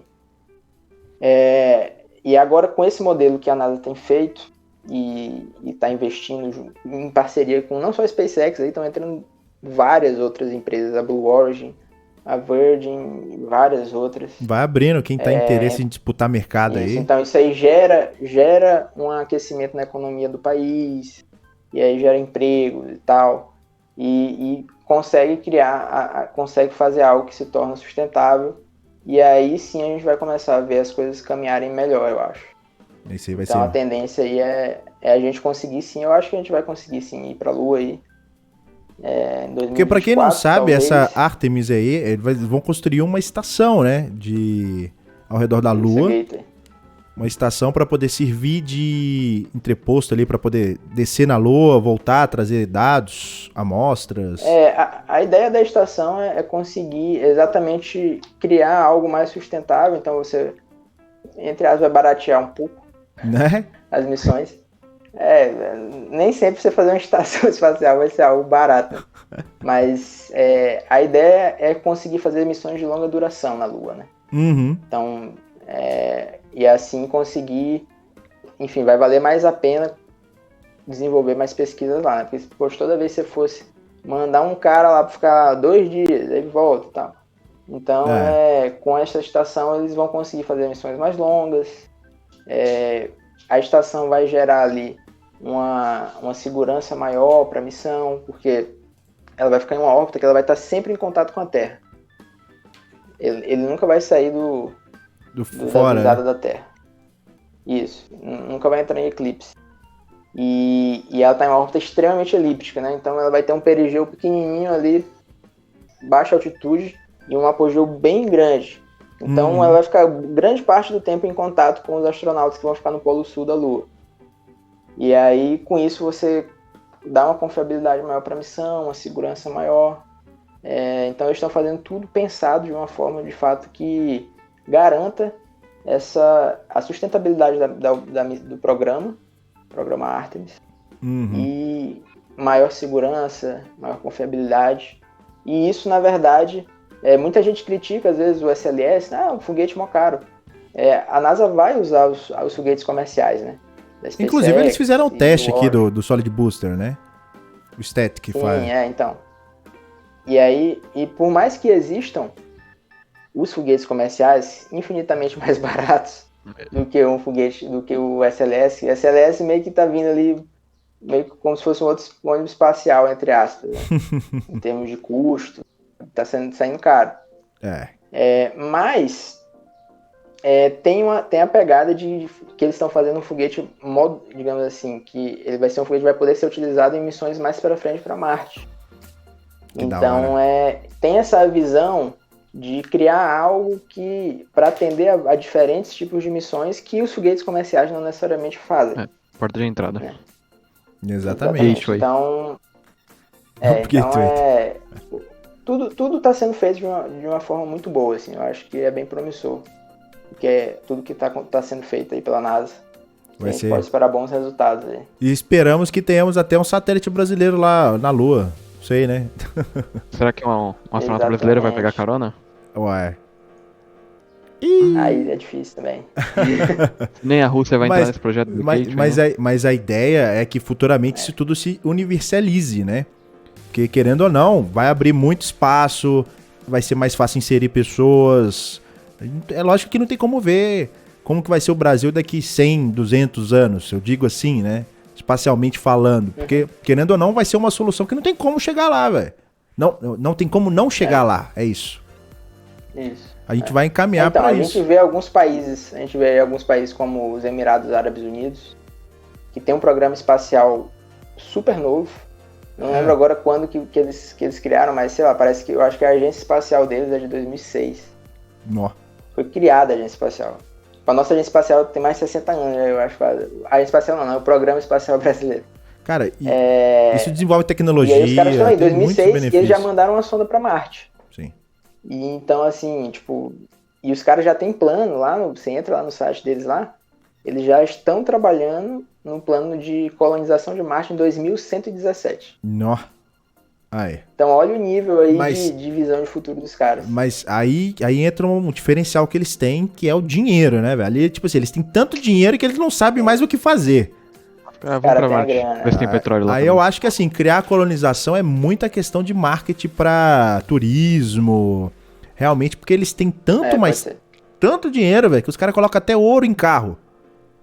Né? Tipo, sei lá. Não, tem a questão do dinheiro, isso aí a gente não pode negar. Isso é bom, Mas mas. assim, cara, os caras têm a consciência, né, de que é importante investir no espaço. Ó, E, enfim, isso é não vou importante, entrar velho. nesse mérito não, porque senão falar demais aqui.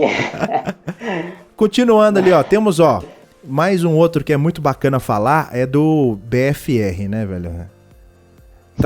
Você tá vendo altos testes aí, né, dos protótipos, Uhum. pra até chegar lá na Starship. Não, o Starship vai ser uma parada que vai revolucionar a indústria aeroespacial mundial, velho. Bitelão, né? Porque É realmente um BFR, como a galera fala. os caras estão... Cara, a SpaceX conseguir fazer isso, bicho, vai ser um negócio surreal. A redução Porque de vai dar custo um pro lançamento, salto. né? Vai dar um salto, assim, de carga que o cara vai conseguir levar de uma vez. Surreal. Então, também vai ser mais uma revolução que a SpaceX tá encaminhando aí. Vai ser muito bacana isso aí, velho. Quem sabe a gente possa viver isso de fato, né? Nos próximos... Ô, bicho, eu espero presenciar isso. Que nem você viu um pequeno passo na, né? Que existe um pequeno passo na Lua, a gente possa ver um pequeno passo em Marte, né?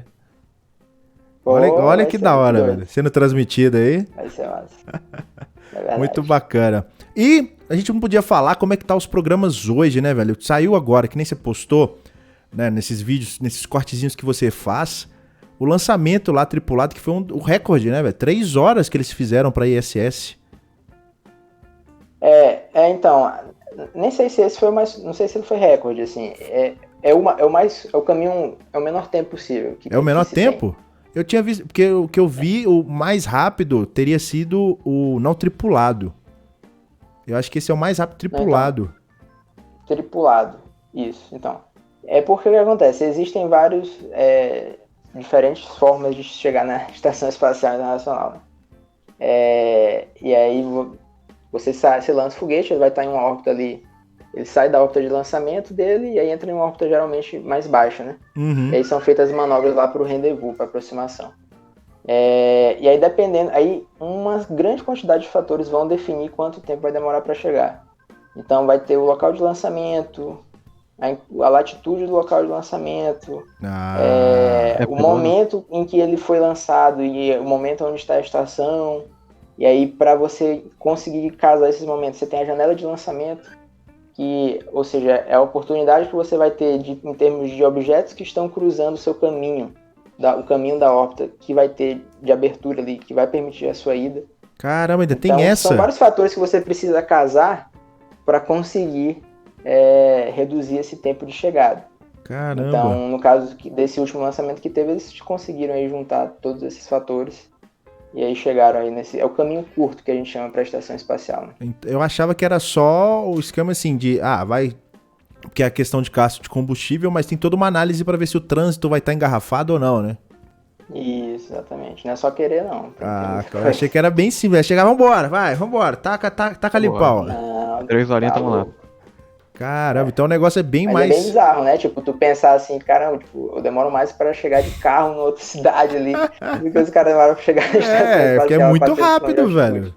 É absurdamente rápido. Você vai fazer uma viagem de carro mesmo, que nem você falou, é muito da hora isso aí, velho. Você vê que cada vez mais tá encaminhando. Mas, ô Ricardo, queria ver com você como que é a galera que, por exemplo, quiser acessar, temos aí o canal Um Pequeno Passo, para o pessoal poder te conhecer melhor, tem seu Instagram, também... Então, tem o canal, digamos assim, o principal é o canal, né? Eu criei o canal para criar vídeos, conteúdo, mas aí, consequentemente, né, nesse mundo digitalizado aí, mídias sociais, não tem como não ter aí as outras mídias, né? Então eu criei também o Instagram, o Twitter e tem o Facebook também, só que o Facebook meio abandonado ali, né? Tipo, é só para ter uma tag a mais. Pra fazer 3 ali. Tem Facebook, Twitter e Instagram. O Facebook foi um dos que não rendeu muito. Eu acho que tá com 800 seguidores, uma coisa de 700. Então, E aí eu acabei meio que esquecendo ele. De vez em quando eu posto alguma coisa lá, mas não com muita frequência. Então o que eu uso mais mesmo é o Instagram. YouTube. O Instagram acabou ficando mais voltado ali para meio que notícias de espaço. Aquelas fotos maravilhosas também, né? Então tu pega meu feed lá, tem várias fotos massas, eu tento manter o feed com fotos legais, assim. Então não tem tanta coisa do canal em si. Eventualmente eu posto também, né? Uhum. Tem muita gente que me acompanha lá. O Instagram, o pessoal usa muito para conversar comigo, então o pessoal manda lá um direct lá e tal no Instagram. Então estão vindo aí, né, galera? Pode mandar mensagem para ele. Pode mandar, respondo todos. E aí muita gente me procura lá. E tem o Twitter. O Twitter atualmente, tirando o YouTube, é a rede que tem mais seguidores. Tá com 1.800 seguidores lá no Twitter, eu acho. E aí lá eu posto de tudo, tanto coisas do canal, coisas do podcast, coisas de notícias de espaço e assuntos diversos também. Então o Twitter é geralzão.